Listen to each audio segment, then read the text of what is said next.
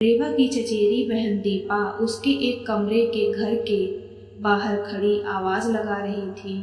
किस कोने में घुसी है? इतना बड़ा तो तेरा घर भी नहीं है कि कहीं खो जाए। कब से आवाज लगा रही हूँ। रेवा अचानक अपने घर में उसे देखकर थोड़ी हैरान हो गई। अरे दीदी, आप और यहाँ सब ठीक तो है ना? दीपा का उसके घर आना कोई मामूली बात तो थी नहीं। दोनों के रहन सहन में जमीन आसमान का फर्क जो था। हाँ हाँ, सब ठीक है। मैं तो इस तरफ आई थी तो सोचा कि तुझसे मिलती चलूं। तू तो कभी हमारे गरीब खाने में पैर रखती नहीं। रेवा के साधारण से घर का मुआयना करती दीपा व्यंग से टेढ़ी मुस्कान के साथ बोली। रेवा अपनी बहन की इस मुस्कान और उसकी चारों तरफ घूमती नजरों का मतलब अच्छी तरह समझ रही थी। दीपा खाते पीते घर की एकलौती बहू थी, जहां पैसा पानी की तरह बहाया जाता था।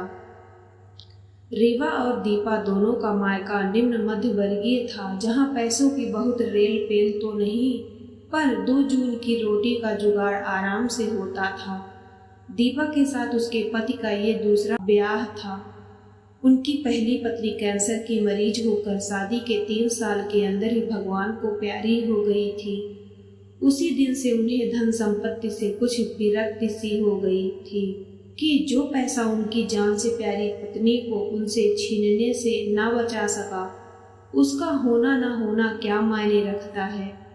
दीपा के सपने बचपन से ही बड़े थे, जो युवावस्था तक आते आते जिद में बदल गए थे।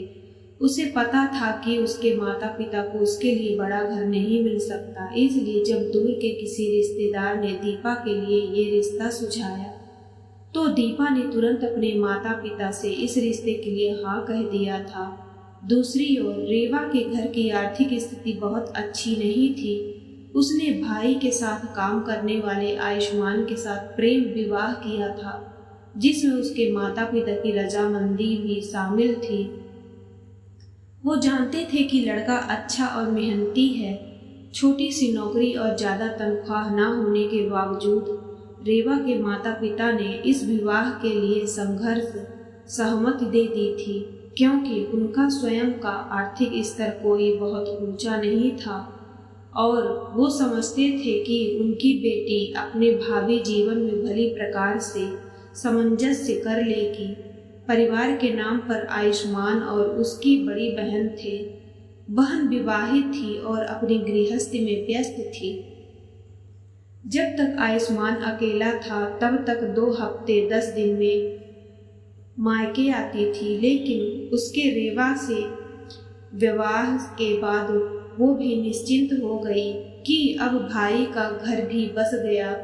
गाहे बगाहे आती भी तो बड़ी ननद का प्यार बरसाने के लिए, ना कि नुक्ताचीनी करने के लिए। हालात ने दोनों भाई बहनों को इतना परिपक्व तो कर ही दिया था कि उन्हें रिश्ते की कद्र थी। उनके जैसी रेवा जब उनके छोटे से परिवार में जुड़ गई तो प्यार और अपनापन खुलकर बरसने लगा था। घर बेशक छोटा सा था, एक कमरे के साथ रसोई, जहां एक समय में केवल एक व्यक्ति ही खड़ा हो सकता था, लेकिन फिर भी रेवा का चेहरा शादी के बाद चमक उठा था।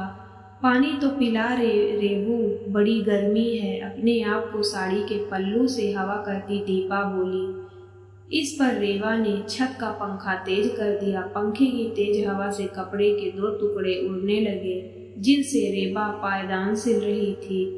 पास की ही एक फैक्ट्री में रेवा पुराने कपड़ों से पायदान बनाकर बेचती थी। कपड़े फैक्ट्री वाले मुहैया कराते थे और घर बैठे रेवा को कुछ आमदनी हो जाती थी। कपड़े उड़ते देखकर रेवा दीपा के चेहरे पर उपहास उड़ने वाली मुस्कुराहट आ गई। उसने पानी का एक घूंट पीते ही बुरा सा मुंह बनाया। हाय, मुझे तो याद ही नहीं रहा कि तेरे घर में फ्रिज नहीं है। रहने दे, मुझसे नहीं पिया जाएगा ये पानी। अब आदत नहीं रही ना।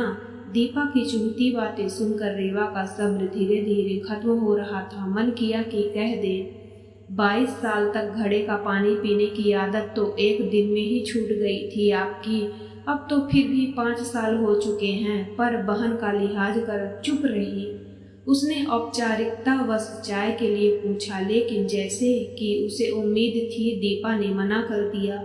रहने दे, इतनी गर्मी में कौन चाय पिएगा, यहाँ एसी तो है नहीं, कैसे रहती है तू यहाँ।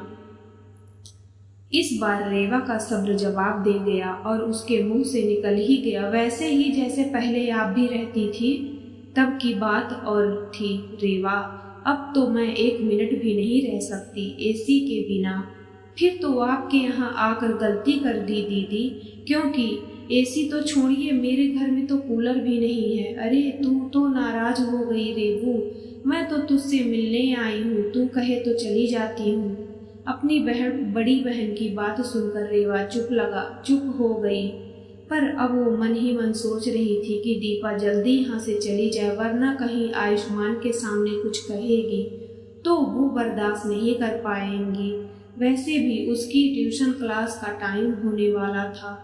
आयुष्मान के साथ कंधे से कंधा मिलाकर चलने वाली रेवा अपने खाली समय का भरपूर सदुपयोग करती थी। सिलाई के काम के अलावा मोहल्ले के कुछ बच्चे उससे ट्यूशन भी पढ़ते थे, जिनसे उसकी अच्छी आमदनी हो जाती थी। दीपा वहां आधे घंटे तक बैठी रही और साथ ही किसी न किसी तरह रेवा को नीचा दिखाने की कोशिश करती रही। अब तक दीपा की बातों से तंग आ चुकी रेवा ने उकता कर पूछा, दीदी आपके ड्राइवर को तो कुछ पानी वानी पिला दो, बेचारा गर्मी में आपका इंतजार कर रहा है।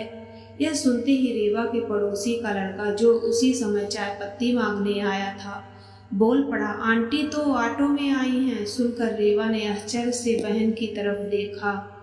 दीपा के चेहरे का फीका पड़ चुका रंग कई बातों की चुगली कर गया, लेकिन वो खुद को संभाल कर बोली, नहीं, ड्राइवर को मैंने यह कहकर भेज दिया था कि पता नहीं मुझे कितना समय लगेगा, लेकिन आंटी मैंने तो आपको ऑटो से उतरते देखा था। लड़के ने फिर कहा। अपनी बहन की शर्मिंदगी को भांपते हुए रेवा ने लड़के को डांटा और अपना मुंह बंद रखने के लिए कहा, लेकिन वो समझ चुकी थी कि उसने अब तक जो कुछ भी सुना था वो सब सच था कि उसकी बहन के ससुराल में पैसा बहुत है, पर उसका कोई सम्मान नहीं है, वरना दीपा को झूठ बोलने की क्या आवश्यकता थी। यह जरूरी तो नहीं है कि जिनके पास कारें हैं वे ऑटो में सफ़र नहीं कर सकते, लेकिन वास्तव में ईर्ष्या की मारी दीपा अपने मन की जलन को कम करने के लिए और रेवा को नीचा दिखाने के लिए आई थी, क्योंकि उसके अमीर ससुराल की सच्चाई तो उसके सामने शादी के चंद दिनों के बाद ही आ गई थी। अब तो उसे उन सुख सुविधाओं का भी लालच नहीं रह गया था जिनका नाम लेकर वो रेवा का मजाक बनाने का प्रयास कर रही थी। वैसे भी उसे कहीं भी आने जाने के लिए गाड़ी लेकर जाने की इजाज़त नहीं थी, क्योंकि अपने पति की नज़रों में वो ऐसी औरत थी जो सिर्फ पैसों की लालसा में उससे शादी करने को राजी हो गई थी।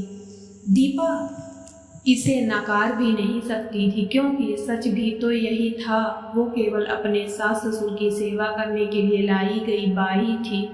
पति के प्यार के लिए तो वो आज भी तरस रही थी। दीपा को यह भी पता था कि रेवा का पति उसके पैरों तले फूल बिछाता था, और वो यही देखने के लिए आई थी कि कोई बिना पैसे के इतना खुश कैसे रह सकता है। शर्मसार होकर दीपा घर जाने के लिए उठी ही थी कि रेवा का पति आयुष्मान घर आ पहुंचा। घर में घुसते ही उसने रेवा को पुकारा, देखो क्या बनवाया है तुम्हारे लिए। मशीन चलाते समय कंधा दुखने लगा था ना, मशीन के पैर लाया हूँ और साथ में मोटर भी, अब तुम्हें सिलाई करने में आसानी होगी। बात समझते हुए आयुष्मान ने दीपा को देखा तो झेप गया। माफ करना, आपको देखा नहीं मैंने, वो बोल रहा था, लेकिन दीपा का सारा सामान उस मोटर और मशीन के पैरों पर था। दीपा के घर में भारी भरकम सजावटी सामान की तुलना में ये दोनों चीज़ें बहुत मामूली पर फिर भी अनमोल थी, क्योंकि इसमें रेवा के पति का प्यार छिपा हुआ था। नम आंखें लिए दीपा बिना एक शब्द बोले रेवा के घर से निकल गई। बहन के दर्द को महसूस करती रेवा दयनीय दृष्टि से दीपा को जाते हुए देख रही थी। कोई कुछ नहीं बोला था, पर फिर भी हर कोई यह समझ गया था कि खुशी को पैसे से नहीं खरीदा जा सकता है। ये तो पति पत्नी का आपसी प्यार और सम्मान है जो दिलों में खुशी की रोशनी फैलाता है।